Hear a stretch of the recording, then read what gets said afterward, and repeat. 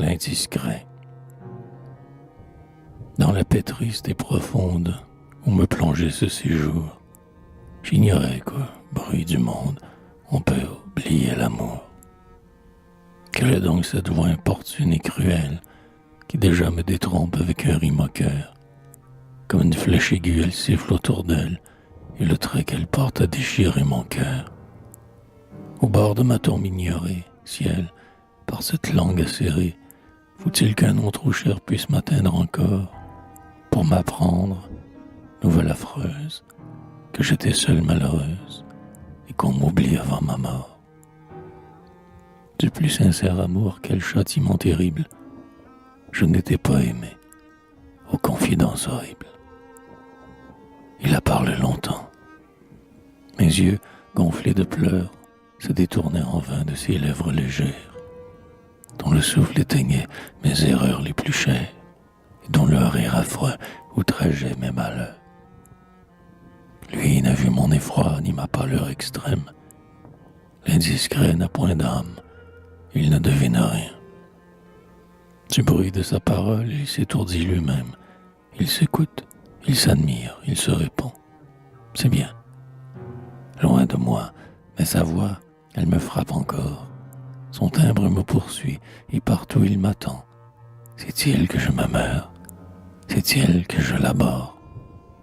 Il révèle un secret, il parle. Il est content.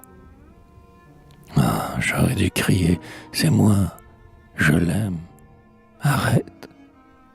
Par ton Dieu, par ta mère et tes premiers amours, dis qu'il n'est point parjure. Oh, dis-le, je suis prête à l'entendre, à tout croire, à t'écouter toujours. Mais non, il n'a pas vu ma main, faible et glacée, rassembler mes cheveux pour voiler mon affront. Il n'a pas vu la mort par lui-même tressée, sous le bandeau de fleurs qui tremblait sur mon front. Aveugle, il n'a pas vu se fermer et s'éteindre mon œil longtemps fermé. Quand j'ai dit « Se peut-il ?» ma voix n'a pu l'atteindre. Il n'a donc pas aimé. Peut-être qu'en naissant, il a perdu sa mère, qu'il n'a jamais connu le baiser d'une sœur, qu'à ses premiers cris, une dure étrangère n'a jamais d'un sourire accordé la douceur. Fuis, dépositaire infidèle, des secrets imprudents confiés à ta foi. Va, qui trompe une amante au moins à pitié d'elle. Tu trahis un méchant, mais il l'est moins que toi.